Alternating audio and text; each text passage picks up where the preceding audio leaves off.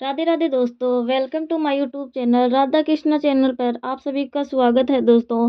तो चलिए दोस्तों, आज के इस वीडियो में हम आपको बताने वाले हैं कि तुलसी पूजा करते समय किस मंत्र का जाप किया जाता है। तो चलिए दोस्तों, शुरू करते हैं। हे तुलसी माता, इस वीडियो को जो भी सच्चे दिल से लाइक करे, उसके घर में आप स्थायी रूप से निवास करे, उसकी झोली खुशियों से भर दे और उसके घर में कभी धन धान्य की कमी ना हो पाए। तुलसी माता को जल देते समय बोलने चाहिए यह 3 शब्द, जिसके सभी मनोकामनाएं पूरी होती हैं।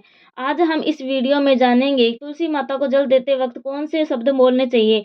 किसी समय की बात है, भगवान विष्णु विश्राम कर रहे थे, तभी देवी लक्ष्मी वहां आई और भगवान विष्णु से तुलसी माता को जल देने के महत्व को बारे में पूछा। भगवान विष्णु ने उन्हें तुलसी माता को जल देने के महत्व को विस्तार से बताया। तब देवी लक्ष्मी ने कहा, हे स्वामी, आपने मुझे तुलसी माता के महत्व के बारे में बताया, लेकिन अब मैं यह जानना चाहती हूँ कि तुलसी माता को जल कैसे देना चाहिए, उसकी सेवा की सबसे श्रेष्ठ विधि क्या है और जल देते समय कौन सा मंत्र बोलना चाहिए।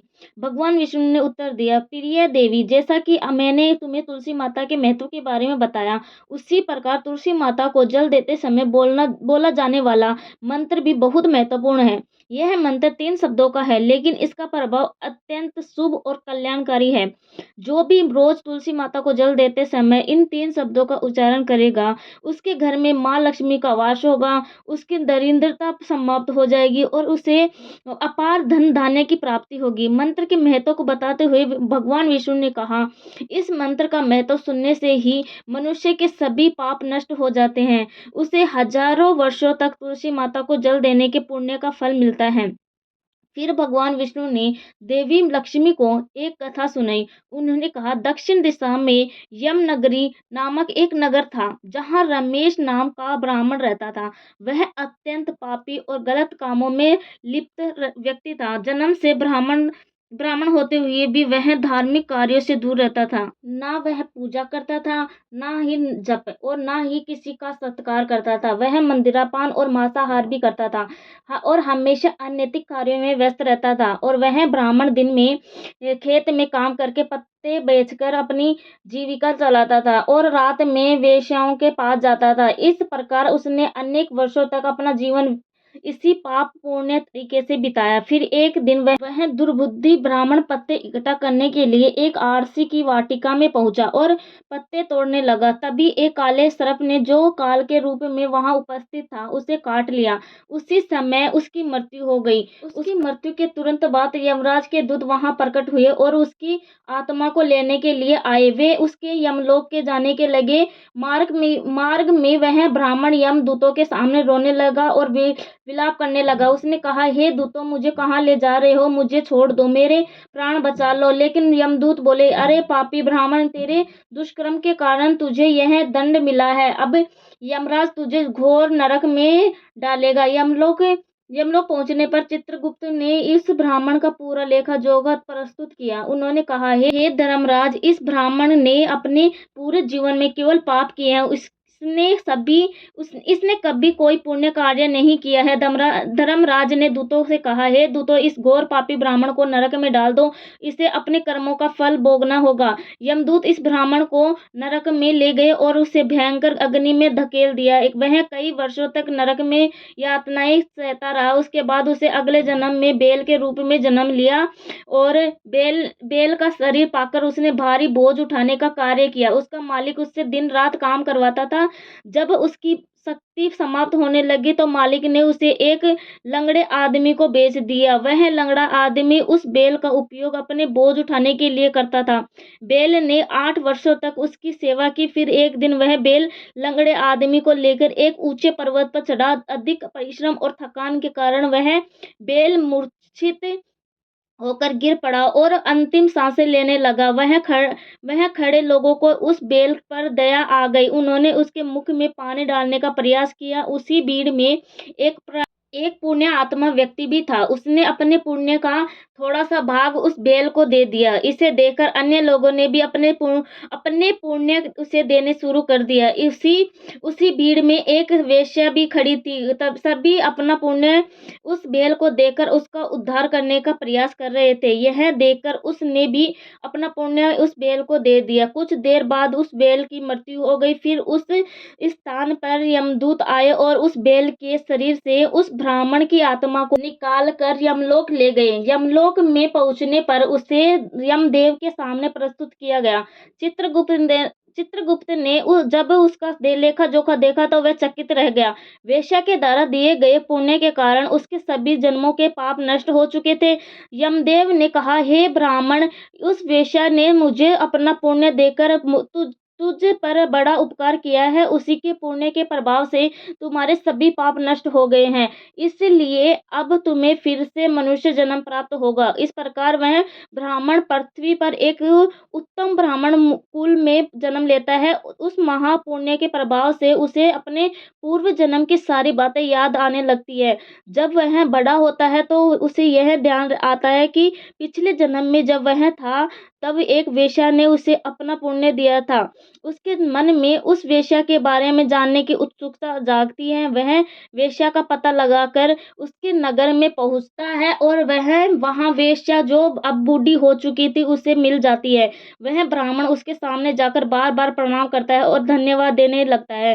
वेश्या उससे पूछती है, हे ब्राह्मण श्रेष्ठ, आप कौन हैं और इस कारण मुझे धन्यवाद दे रहे हैं? मैंने आपका कौन सा कार्य किया है जिसके लिए आप मुझे नमस्कार कर रहे हैं? तब ब्राह्मण कहता है, हे माँ, मैं वही बैल हूँ जिसे तुमने अपना पुण्य देकर जीवन दान दिया था। अपने पाप कर्मों के कारण मुझे पिछले जन्म में बैल बनना पड़ा। उस पर्वत पर जब मैं अंतिम सांसें ले रहा था तब वो तुमने अपना पुण्य मुझे दे दिया था। उसी पुण्य के प्रभाव से ही आज मुझे फिर से मनुष्य का जन्म मिला है और अपने पूर्व जन्म की सारी बातें याद है। किंतु हे माँ, मैं यहाँ यह जानने आया हूँ कि तुमने मुझे कौन सा पुण्य दिया था जिससे मेरे सभी पाप नष्ट हो गए। मैं उस पुण्य के बारे में जानना चाहता हूँ। तब वेश्या ने कहा, हे ब्राह्मण श्रेष्ठ, मैंने तो अपने जीवन में कोई पुण्य कार्य नहीं किया है, पर मेरे घर में एक तोता है जो पिंजरे में रहकर हमेशा कुछ बोलता रहता है, जिसे सुनकर मेरा अंतःकरण पवित्र हो गया। वही मंत्र मैंने आपको पुण्य रूप स्वरूप दान किया। फिर वह वेश्या और ब्राह्मण उस तोते के पास गए और उससे पूछने लगे, हे सुख सुख, तुम कौन सा मंत्र बोलते हो जिससे हमारे जीवन का उद्धार हुआ? यह मंत्र तुम्हें किसने सिखाया और इसका क्या अर्थ है? तब उस तोते ने अपने पूर्व जन्म का वृत्तांत सुनाना शुरू किया। वह बोल रहे, हे ब्राह्मण श्रेष्ठ, पिछले जन्म में मैं एक ब्राह्मण था। मुझे अपने ज्ञान का बहुत घमंड था। मैंने कभी गुरुजनों का सम्मान नहीं किया बल्कि उसका बार बार अपमान किया। अपने अहंकार के कारण मेरा स्वभाव क्रोधी और द्वेषपूर्ण हो गया। मैं सभी को तुच्छ समझने लगा और विद्वानों का भी अपमान करता था।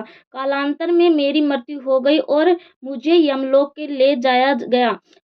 पूज्य व्यक्तियों और गुरुजनों का अपमान करने के कारण मुझे तोते के कुल में जन्म लेना पड़ा। तोते के रूप में जन्म लेने के बाद छोटी अवस्था में ही मेरे माता पिता का साथ छूट गया। मैं अकेला पेड़ की डाल पर बैठकर रो रहा था। तभी कुछ मुनि उस मार्ग से जा रहे थे। उन्होंने मेरी दयनीय स्थिति देखी और मुझे अपने आश्रम ले गए। आश्रम में उन मुनियों ने मुझे एक सुंदर पिंजरे में रखा और मेरी देखभाल की। वे मुझे दिन प्रतिदिन भोजन कराते और मुझसे स्नेह करते थे। उस आश्रम में वे मुनि, उसकी पत्नियां और बच्चे प्रतिदिन तुलसी माँ के पौधे को जल अर्पित करते और एक मंत्र का जाप करते थे। उसने मुख से बार बार वह मंत्र सुनकर मैंने उसे याद कर लिया। तब से मैं उसी मंत्र का जाप करता हूँ। इस मंत्र के प्रभाव से मेरे जीवन में सकारात्मक बदलाव आने लगे। मुझे अपने कर्मों का पश्चाताप हुआ और मेरी मृत्यु टल गई और मेरी आयु 100 वर्ष हो गई और इतने वर्षों तक मैं जीवित रहा। एक दिन रात के समय एक चोर उस आश्रम में आया और मुझे वहां से चुरा लिया।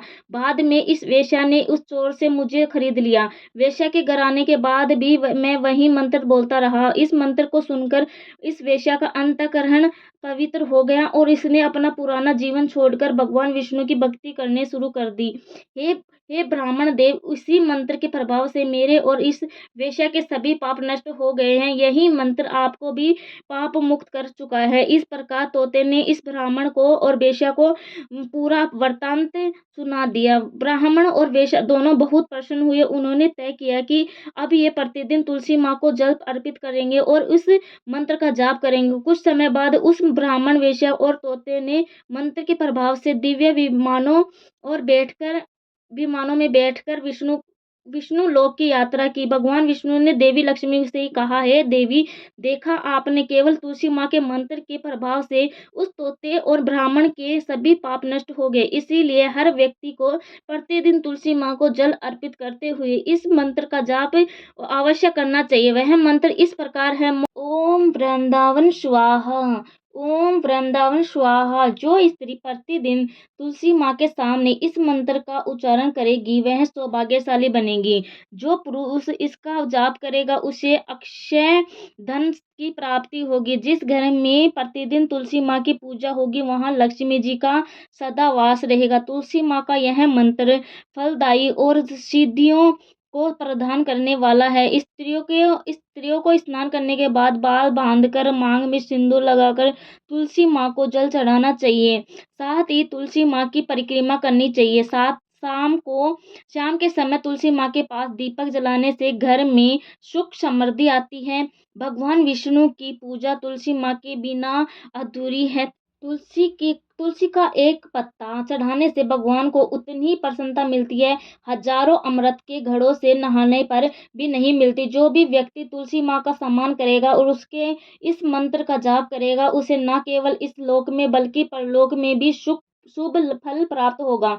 ऐसा फल तुलसी माँ के पत्तों के दान से मिलता है। जो मृत्यु के समय अपने मुख में तुलसी के पत्ते का जल ग्रहण करता है, ऐसा व्यक्ति अपने सभी पापों से मुक्त होकर भगवान विष्णु के धाम चला जाता है।